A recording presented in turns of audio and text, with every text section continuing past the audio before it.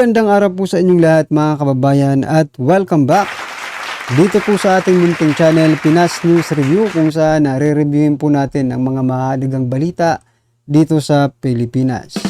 At ito nga mga kababayan, tatlo po ang ating pag-uusapan ngayon ha. Ito nga si Senator Jinggoy Estrada. Nako, may nakaalitang babae. Yan po ang ating unang bibigyan ng komento mga kababayan ha.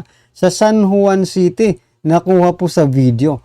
At ang pangalawa po nating pag-uusapan na ito pong pa-concert ng mga adiktos. Nako. Mga kababayan, may tama po kayo. Ha? Tama po ang narinig nyo, may pa-concert na naman po sa Batangas, no? Ang Bagong Pilipinas. Yan mga kababayan. At ang panghuli, nako. Di ba kare-raid lang po ng KOJC mga kababayan? Mayroon pong naka-uniforme or may patch, no? May patch po ng Amerika. Ang isa sa mga sundalo na nag-raid doon sa KOJC. Yan po ang bibigyan rin natin ng komento. Pero bago po ang lahat mga kababayan, kung bago ka pa lang at di pa po nakapag-subscribe sa ating munting channel, please don't forget to subscribe at i-click na rin po ang bell notification para update ka po sa lahat ng ina-uploads nating reaction video. At eto na nga mga kababayan, ito po si Senator Jinggoy Estrada. Pakinggan po natin at panoorin para mabigyan po natin ng komento. Ito po. Tapos sa video, ang mainit na pakikipag-alitan ni Senator Jinggoy Estrada sa isang babae sa San Juan. Ang sagot yan ni Estrada, pinupolitika raw siya ng kung sino man ang nagpakalat ng video. Nasa frontline na balitang yan si Camille Samonte. Pinagpepiestahan ngayon online ang viral video na ito ni Senator Jinggoy Estrada na may kaalitang babae sa San Juan City. So yan mga kababayan, pinupolitika daw itong Senator Jinggoy Estrada. Dito sa yung nagpakalat ng video ito, pinupolitika daw siya. Ito sa bagay mga kababayan, malapit na po ang eleksyon, no? Pero hindi naman siguro tatakbo siyang senador. Bakit naman sinabi niyang pinupolitika? Baka tatakbo pang senador siya, no? Ito ng mga netizen, ang tapang daw ng naturang babae na hindi nagpasindak sa senador. Porque senador kayo, kung mag-usap kayo ng maayos, sige po, ganyan kayo. So yun mga karibin natin, narinig niyo po, sabi ng babae, porque senador kayo? Ayan no? Anong masasabi, ano kaya ang reaction dito, ng sagot ni Senator? Naglabas ng pahayag ngayong araw si Senator Estrada kaugnay sa kumakalat na video online. Ayon sa senador, noong April 18 pa raw ito nangyari. Nagpunta raw si Estrada at mga tauhan niya sa isang gymnasium kung saan tumuloy ang mga nasunugang residente ng Barangay Batis. Ia-anunsyo raw sana niya na mamimigay siya ng tulong pinansyal. Pero pinigilan daw sila ng mga lokal na opisyal ng San Juan City. Mahigit 1 oras daw silang nakiusap sa mga opisyal pero hindi pa rin sila pinayagan. Dahil dyan si Senator Estrada na raw ang lumapit at kumausap sa kanila hanggang nakasagutan niya ang babae. Ayon pa sa senador, totoong ginamit niya ang kanyang posisyon. Pero ito raw ay para makatulong sa mga kababayan niya sa San Juan. So yan mga kababayan, talaga ito, umamin na po si Senator Jinggoy Estrada na ginamit niya yung kanyang posisyon mga kababayan. Ito ang tanong lang dito, baka hindi lang sa mga ganitong pagkakataon, no? Ginagamit ni Senator Jinggoy Estrada ang kanyang posisyon bilang senador. Kasi di ba may mga senador talaga, may mga opisyal talaga ng ating gobyerno kung umasta, di ba? Parang sila na ang hari. So, may mga opisyal, kahit nga po hindi senador kahit hindi kongresista, opisyal mismo ng ating bansa. Like for example, si Torre, di ba? Naghahari-harian po diyan sa Davao City. Di ba? Opisyal po 'yan ng ating bansa. Tingin ni Estrada, may bahid politika ang kumakalat na anyay mapanirang video. Sa tulong ng mga pulis na nasa lugar sa huli ay pinayagan din daw silang i-anunsyo na mamimigay sila ng cash assistance. Dinipensahan naman ni San Juan City Mayor Francis Zamora ang babaeng nakasagutan ni Estrada.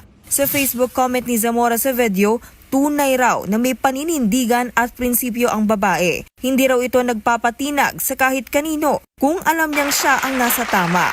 Patuloy namang sinusubukan ng News 5 na So yan mga kababayan, bangayan na naman po ito na sa politika, no? Diyan sa San Juan City, talagang ano yung politika dyan sa San Juan, ha? Mainit po. Well, anyway mga kababayan, eto na po yung pangalawa nating bibigyan ng reaksyon. Itong, pa-concert na naman ng mga adik. Nako, eto po sa picture mga, ito, ano natin, zoom in. Hindi ba nasa-zoom? Yan. Nasa picture po, Sino to? Kasi Batangas di ba? Batangas kay ano yan Velma Santos at saka si Ralph Recto, no, asawa niya yan So, yan, ano masasabi nyo? Ako, sa palagay ko, ang mga ito ay politiko. Nandiyan kasi yung mga mukha nila sa tarpaulin ba ito? Ano ito? Flyers mga kababayan, no? Maunlad na Batangas sa bagong Pilipinas. Congratulations. Batangas pala ang maunlad sa bagong Pilipinas hindi pala yung hindi pala buong bansa. Batangas lang ang maunlad. Ikaw ba naman ano to si Recto? Financial Secretary, di ba? Finance Secretary si Recto. Kaya uunlad talaga ang Batangas. Ikaw ba naman Finance Secretary yung asawa mo tapos, di ba? Itong ano nila, bagong Pilipinas pagkakaisa, concert, yan concert yan mga kababayan. Saturday, ngayon pala ito, August 24, 6 p.m. Yan, puntahan nyo na po mga kababayan.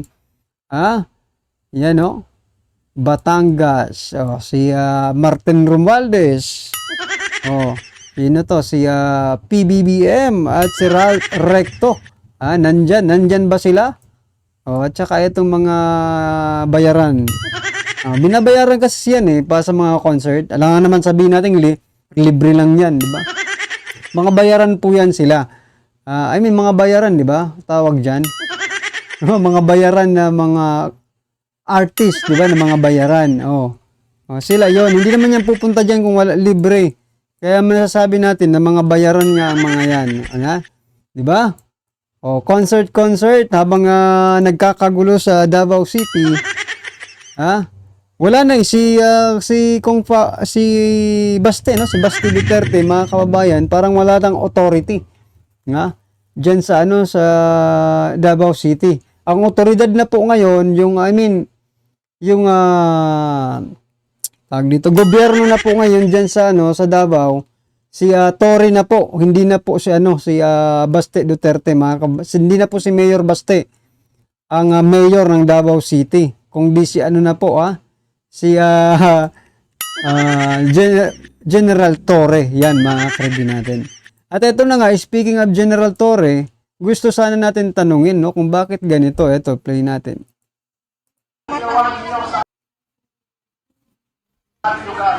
Parihata, way tumbog. Dami among sudan karon niya.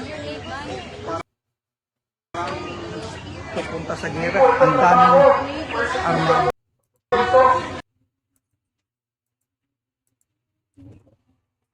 Anong brand ng phone mo yan?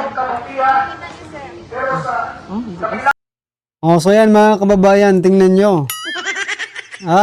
May patch po siya ng US American flag mga kababayan. Akala ko ba nasakop na tayo ng mga incheck? Pero bakit ganito mga karibin natin? Mukhang nasakop na tayo ng mga Amerikano. Tingnan nyo. Kasama po yan sa nag-raid kay Pastor Apollo Kibuloy mga kababayan. Anong masasabi nyo dyan Talagang matindi. Para sa akin matindi po kasi tingnan nyo naman. ICC na ba ano ba ito Sa bagay, province of America na po tayo, hindi po tayo province sa China. Saka yung mga nagpapakalat na sinasakop na tayo ng China, nagkakamali po kayo. Let me correct you mga kababayan. Nasakop na po tayo ng Amerika. Tingnan nyo. O, di ba? Anong masasabi niyo dyan mga karibin natin na isang naka-uniforme or may bandilang Amerika, isa po sa mga humuhuli. I mean, nag-ano ng arrest warrant, no? Warrant of arrest kay Pastor Apollo Kibuloy. Grabe may namatay po isa. Cardiac arrest ang ikinasawi niya, no? Dito sa paglusob ni General Torre. At nagbanta pa nga si General Torre mga kababayan na kapag hindi kayo umalis dyan, di ba? Hindi na sila palalabasin. Ayun.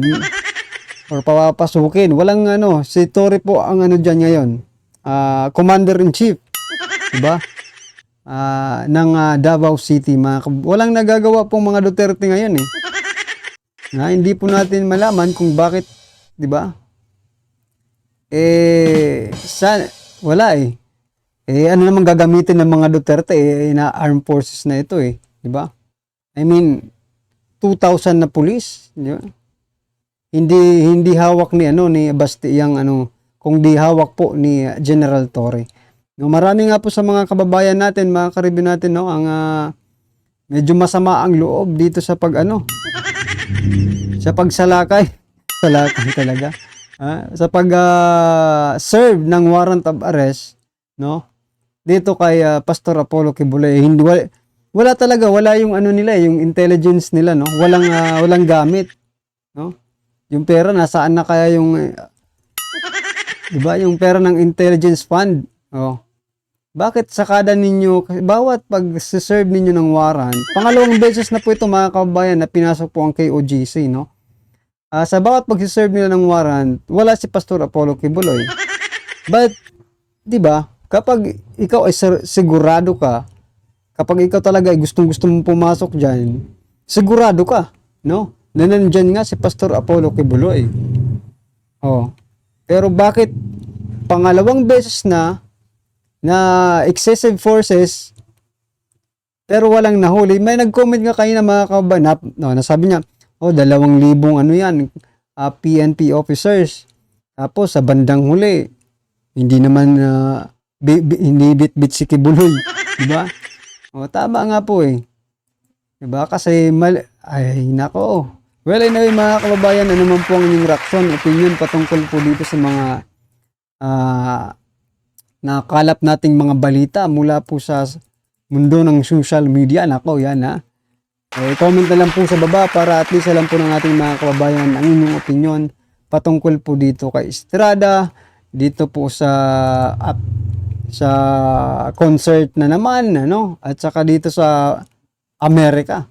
Patch ng Amerika, nandito na sa Davao City. Yan mga kababayan, ano man po yung opinion, comment na lang po sa baba para at least alam po ng ating mga kababayan ang inyong pong reaksyon patungkol po sa video ito, right? Maraming salamat po.